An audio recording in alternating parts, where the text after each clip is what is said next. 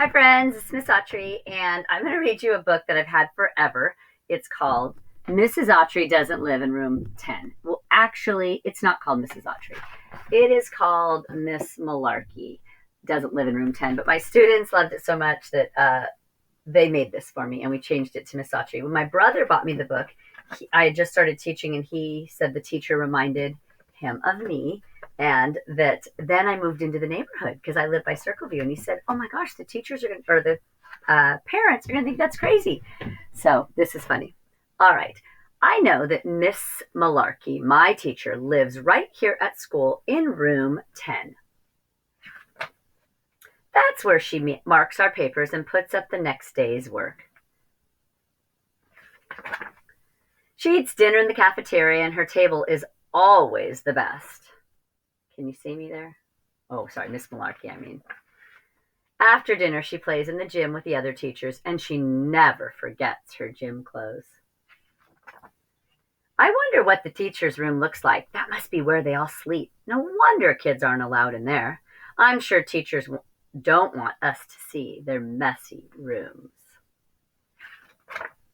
Room 10 is a great place to live. It's near the best water fountain in the whole school and the only one that squirts up lots of water. And the boys' room is right across the hall. Oops, I mean the girls' room isn't too far away either.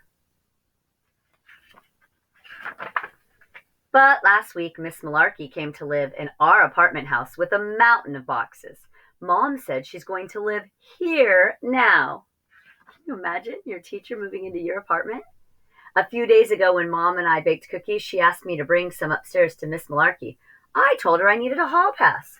Before I knocked, I spit out my gum.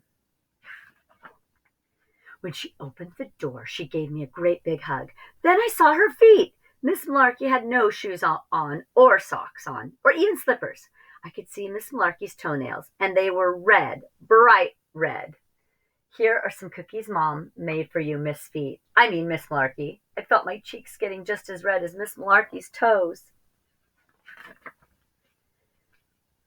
That very same day, I spotted her throwing out the garbage. She never does that at school.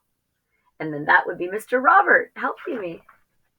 On Saturday, I saw some people going into Miss Malarkey's apartment. She was having a party, and it wasn't even someone in the class's birthday. I told everyone in my class that our teacher doesn't live in room 10. Some of them still didn't believe me, so I showed them.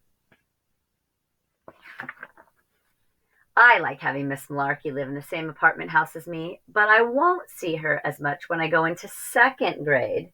Next year, I'll have Mrs. Boba. Mrs. Boba doesn't live in my building. I guess she lives in room 12. I think that's a funny book. I hope you enjoyed it.